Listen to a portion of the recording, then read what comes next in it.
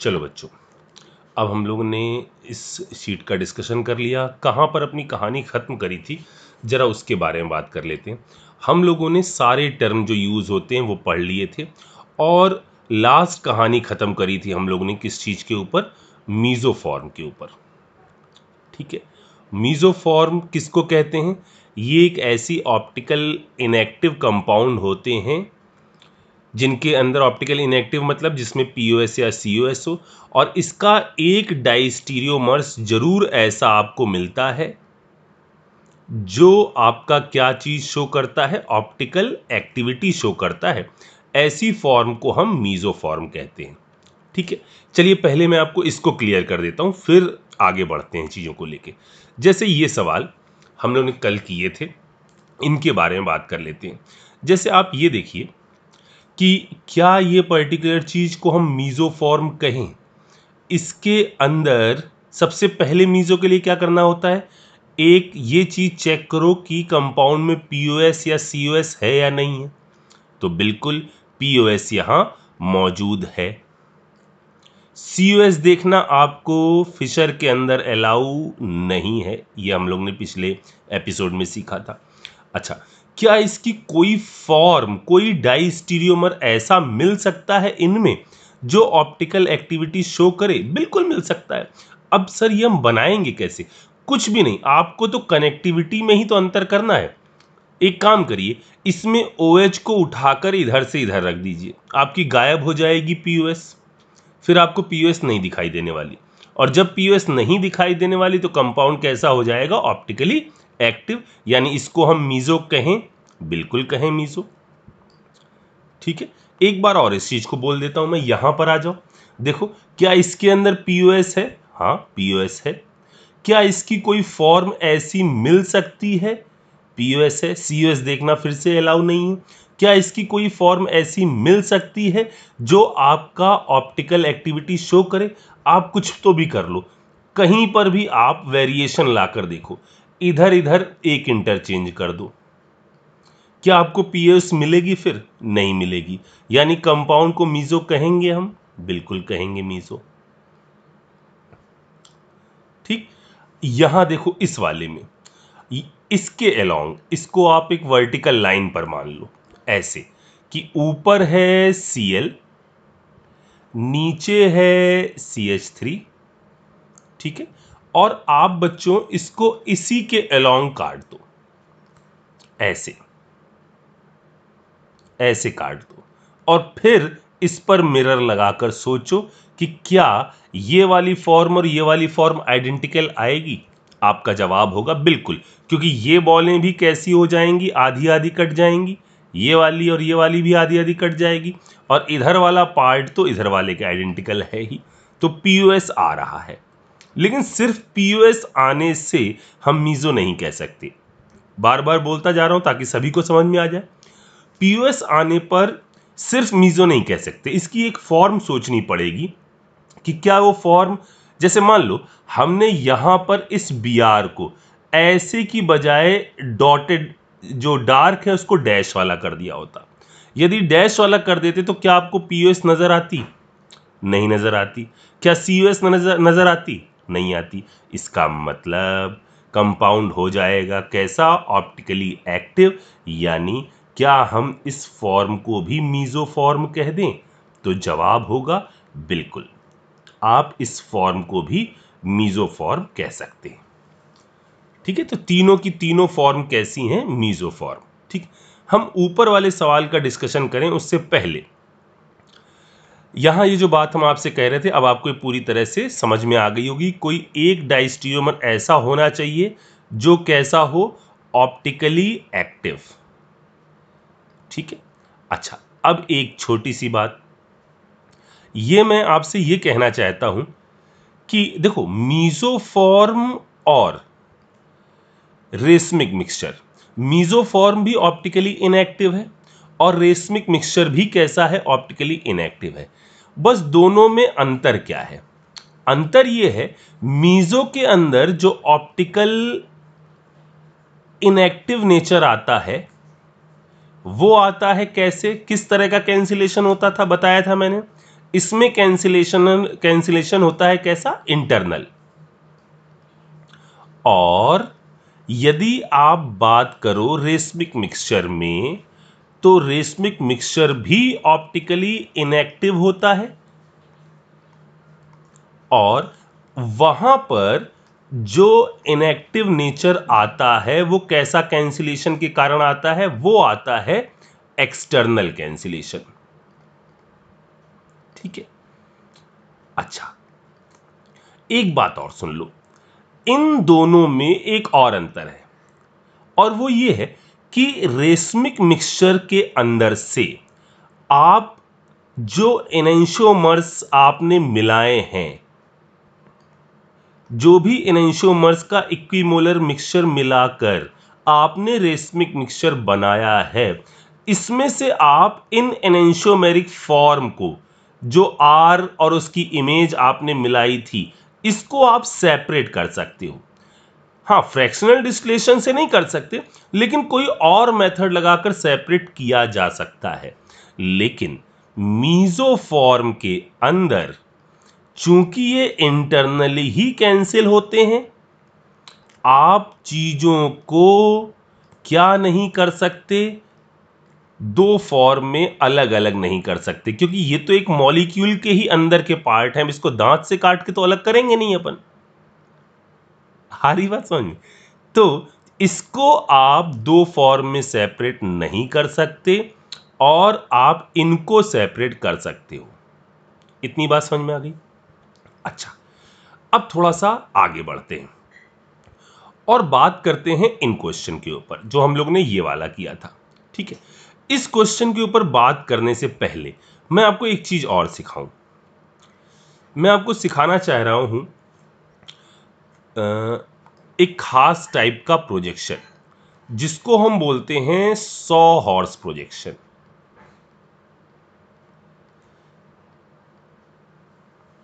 इससे आपको काफी आसानी हो जाएगी। यहां पर 100 हॉर्स प्रोजेक्शन होता क्या है और ये बनाया कैसे जाता है। देखिए, अगर कोई मॉलिक्यूल आपको ऐसा दिखाई दे जाए कि इधर कुछ ग्रुप लगा हुआ है, इधर कुछ ग्रुप लगा हुआ है, इधर कुछ ग्रुप लगा हुआ है, ऐसा इधर और ऐसा इधर। ठीक है। यदि मान लेते हैं यहां पर CH3 है, यहां पर आपका H है, इधर आपका Br है, यहां आपका Br है, यहां आपका COOH ग्रुप है, यहां H ग्रुप है, ऐसा कुछ। ठीक है। अब आपको यदि इसका प्रोजेक्शन बनाना है, इसको मैं थोड़ा सा उससे कर देता हूं। ये पीछे की तरफ जा रहा है, इसको मैं थोड़ा सा डार्क कर देता हूं, ऐसा। इधर वाले को मैं डैश लाइन पे ले लेता हूं। ठीक है। सिमिलरली इधर वाले को मैं डार्क कर देता हूं, और इसको मैं डैश वाली लाइन पे ले लेता हूं। ठीक है, ऐसा। अब यदि आपको इसका ये प्रोजेक्शन कैसा है, 100 हॉर्स प्रोजेक्शन है। अभी एक सेकंड समझाता हूं, रुक जाओ। अगर आपको इसका फिशर प्रोजेक्शन बनाना है, तो इसका एक सिंपल सा रूल है। आप दोनों, ये जो कार्बन है, ये है कार्बन नंबर 1 और ये है कार्बन नंबर 2। ठीक है। इनको ऐसे घुमाइए कि इनसे Y बन जाए, इधर वाला भी Y हो जाए और ये वाला भी Y हो जाए। ठीक है। पहला काम ये कर लीजिए, ये फर्स्ट ऑपरेशन आप इस पे लगाइए। ठीक है। फिर क्या करिए, ऊपर से इस मॉलिक्यूल को ऑब्जर्व करिए। यदि आप ऊपर से ऑब्जर्व करेंगे तो देखिए ये दोनों वही पुराने हाथ की तरह आपकी तरफ आएंगे। ये दोनों चीजें, ये बाकी मॉलिक्यूल कहां चला जाएगा, पीछे की तरफ चला जाएगा। नहीं समझ में आया? देखो, आप ऐसा करो, जैसे मैं आपको ये सिखाऊं। देखो, इधर हमने क्या कहा था, इधर हमने कहा इसको कर लो, ये डार्क वाला जैसे यहां बना था, इधर ये कर लो। ठीक है।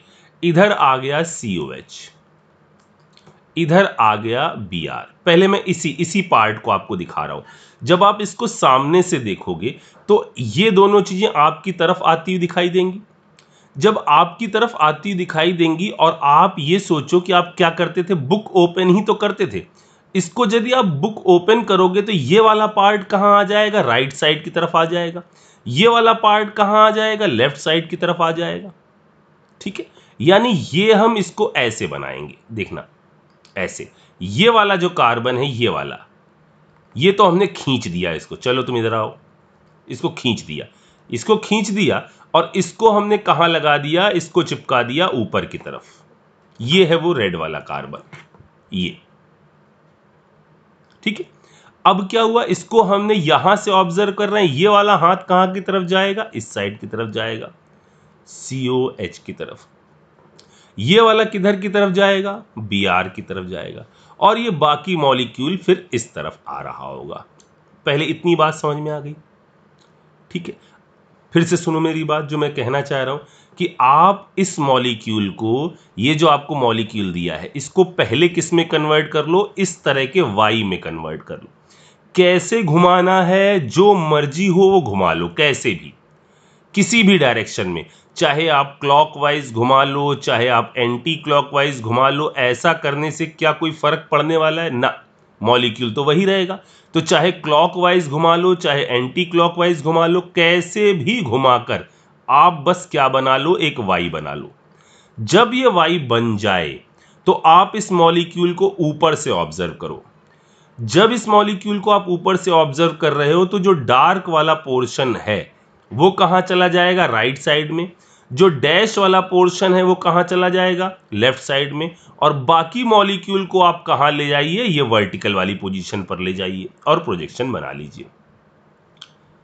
ठीक है, कहीं पर भी ये काफी फास्ट तरीका होता है मॉलिक्यूल के अंदर चीजों को ऑब्जर्व करने का। अच्छा, एक बात और, अगर कोई मॉलिक्यूल आपके सामने ऐसे प्रोजेक्शन में दिखे तो आप यहां पर COS या POS, ये दोनों चीजें भी डायरेक्ट ऑब्जर्व कर सकते हो। ये दोनों चीजें यहां पर डायरेक्ट ऑब्जर्व करी जा सकती हैं। जैसे थोड़ा सा इसको और बात करते हैं, थोड़ा सा इस मॉलिक्यूल को और फिर से बनाते हैं ताकि आपको ये बिल्कुल क्रिस्टल क्लियर हो जाए। इधर हमने कहा Br, एक सेकेंड,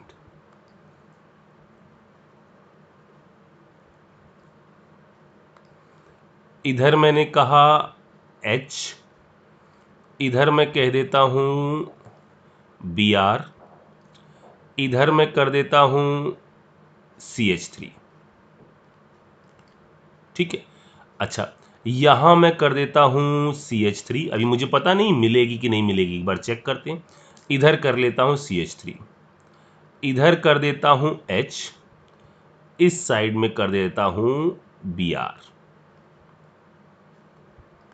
ठीक, अब क्या कहा जाए इसके अंदर, क्या मैं ये कह सकता हूं कि COS या POS मिलेगी? तो देखो, मुझे लग रहा है ना कि इसके अंदर आपका COS तो मिलने वाली नहीं है।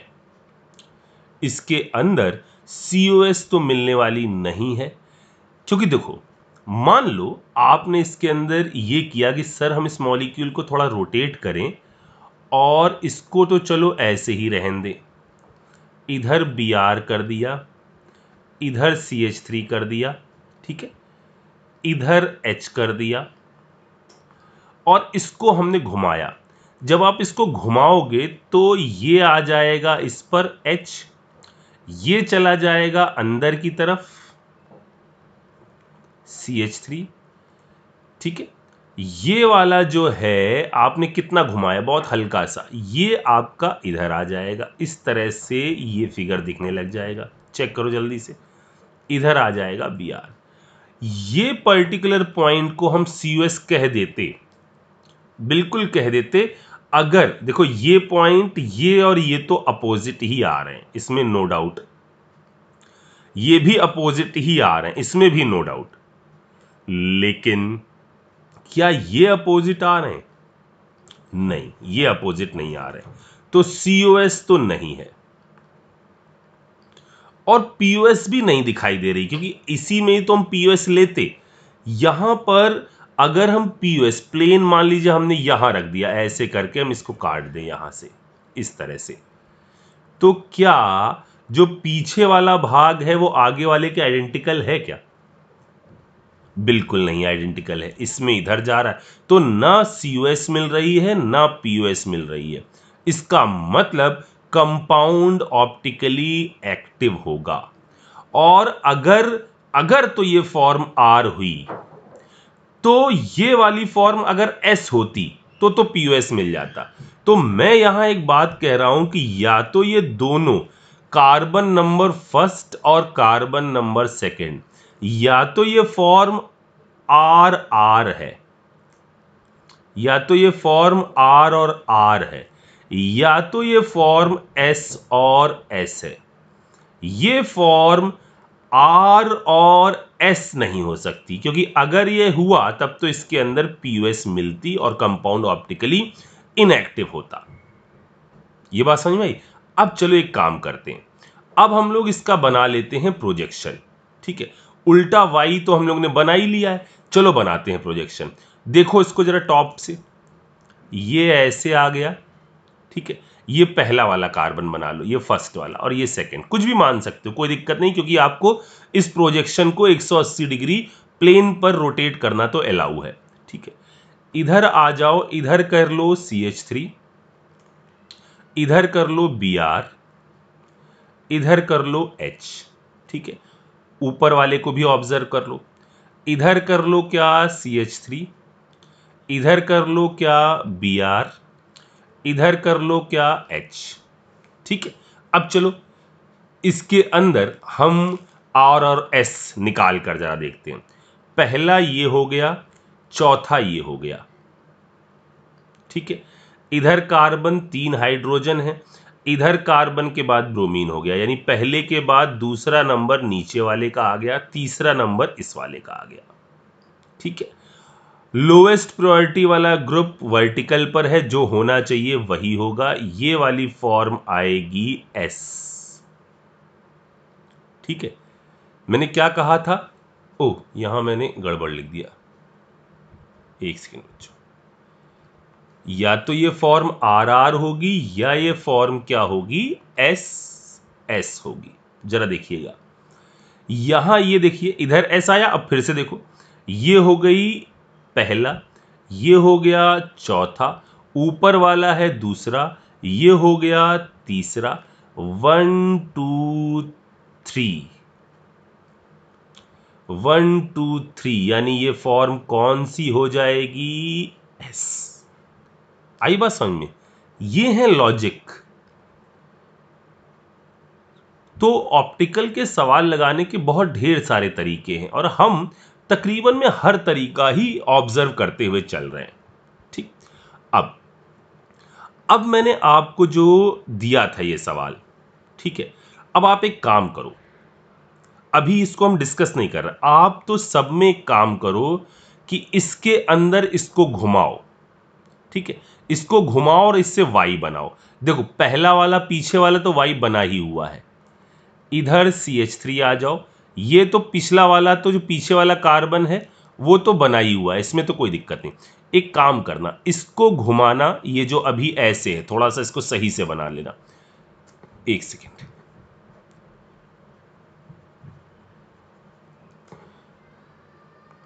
ऐसे बना लेना इसको, इधर लगा लेना CH3, अच्छी तरह से बना लेना। ठीक है, पिछले वाले को तो छेड़ने की जरूरत है नहीं। अब क्या करना, इसको रोटेट करना 180 डिग्री। जब इसको 180 डिग्री रोटेट करोगे तो ये वाला कहां आ जाएगा, ये वाला चला जाएगा डैश पर, ये चला आएगा कहां पर, डार्क पर। आई बात समझ में? जब आप इसको घुमाओगे, देखो ये CH3 आ गया, इधर तो H रहा, इधर Br रहा। ठीक है बच्चों, इसको यदि आप Y बनाने की कोशिश करोगे तो ये CH3 इधर आ जाएगा, ये पहुंचेगा डैश पर, इधर आ जाएगा Br। ठीक है, इधर आ जाएगा डार्क वाले साइड में क्या चीज, H। ओ माय गॉड, यहां पर तो सीधे सीधे प्लेन ऑफ सिमेट्री दिख रही है, और यदि प्लेन ऑफ सिमेट्री दिख रही है तो ये तो किसी पर्टिकुलर चीज के साथ एनेंशियोमेरिक फॉर्म में एग्जिस्ट करेगा ही नहीं। तो अगर हमारे पास ऑप्शन होते यहां पर और कहीं ए होता तो हम पक्का इसको नकार देते। अब एक काम करते, एक चीज और यहां सीखते हैं। अब मैंने कहा आपने इसका y बना लिया, इसको नीचे ले आए, ये वाला पहुंच गया कहां पर, ये पहुंच गया डैश पर, ये आ गया आपका डार्क पर, ये बना लिया आपने। ठीक है, अब एक काम और करते हैं, हम इसको बुक ओपन करके देखते हैं। हम इसको बुक ओपन करके देखते हैं और फिशर का जो नॉर्मल आइडिया था वहां से इसको बनाते हैं। जरा देखना, मान लो हम ये पहला कार्बन इसको यहां बना रहे हैं। ठीक है, नीचे से ऑब्जर्व करो, इस साइड से इसको घसीट लो, इस डंडी को, इस वाली CH3 वाली डंडी को घसीट लो। घसीट के इसको कहां पर ले आओ, इस वाली लाइन पर, ये वर्टिकल वाली लाइन पे सीधे घसीट लो और इधर से ऑब्जर्व करके बुक ओपन करो। ये कहां पहुंच जाएगा Br, इस साइड में। ये H कहां आ जाएगा, इस साइड में। ये CH3 कहां आ जाएगा, इस साइड में। नहीं आया समझ में? आ गया? यहां से आप ऑब्जर्व करो, इस साइड से यहां से ऑब्जर्व करो और ऐसे सोचो कि हम इसको ऐसे देख रहे हैं इधर से। ये वाली चीज जो होती है ये ओपन होके कहां पर जाती है, लेफ्ट साइड में। इसको लेफ्ट साइड में भेज दो। बुक ओपन करोगे यहां से, ये लेफ्ट चला गया। इसको तो घसीट दो, ये लेफ्ट, ये वर्टिकल पर आ गया, ये वाला राइट, ये बन गया। ठीक, अब देखो फिर से देखो, यहां से देखो इसको, इसको फिर से घसीट दो, खींच लो इसको। खींच दिया आपने, ये CH3 इधर आ गया। बुक ओपन करो, H आ गया। बुक ओपन करा, Br आ गया। ये लो POS। आ गई बात समझ में? अब आपका काम ये है कि इनमें आप 100 हॉर्स प्रोजेक्शन बनाइए, ये चीज आपको सीखनी है।